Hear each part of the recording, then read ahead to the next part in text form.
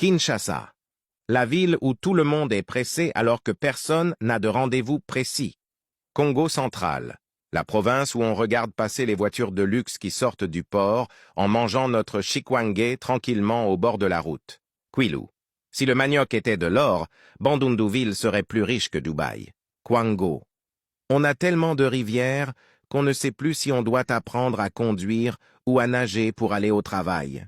Main-Dombe. Ici, le poisson coûte moins cher que le crédit téléphonique, mais pour trouver du réseau, il faut monter sur un arbre. Kasaï central. On connaît tellement bien la grammaire française qu'on peut expliquer pourquoi on n'a pas de courant avec des mots très compliqués. Kasaï. À Chikapa, on peut trouver un diamant dans son jardin, mais ne pas avoir assez d'eau pour se laver le visage. Kasaï oriental. La seule province où la poussière rouge sur tes chaussures est une preuve que tu es un vrai Mwana Mbujimayi. Lomami. On est tellement calme ici que même le train de la SNCC hésite à faire du bruit quand il passe, tous les 6 mois. Sankuru. C'est la terre des intellectuels, mais pour amener un livre là-bas, il faut un hélicoptère ou beaucoup de courage. Nord Kivu. On mange du fromage comme à Paris, mais avec le bruit des balles et la fumée du volcan en bonus. Sud Kivu. À Bukavu, si tu ne marches pas en pente, c'est que tu es sûrement sur un bateau sur le lac. Ituri. On a de l'or plein les poches, mais on porte des bottes en caoutchouc toute l'année à cause de la boue. Haute-Ouel.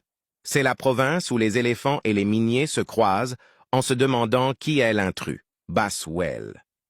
On est tellement loin de tout que même les moustiques demandent leur chemin pour arriver chez nous. Chopo.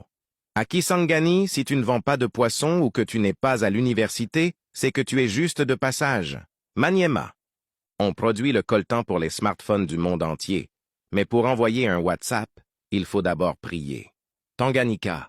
On a le plus beau lac, mais on passe notre temps à regarder les bateaux partir vers la Zambie en espérant qu'ils ramènent de la farine. Haut-Katanga. Ici, on ne dit pas bonjour, on dit le cuivre est monté ou descendu aujourd'hui. Haut-Lomami.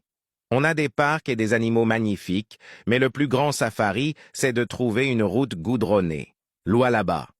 C'est la seule province où tu peux voir une Jeep de 100 000 $ garée devant une maison en tôle. Chouapa.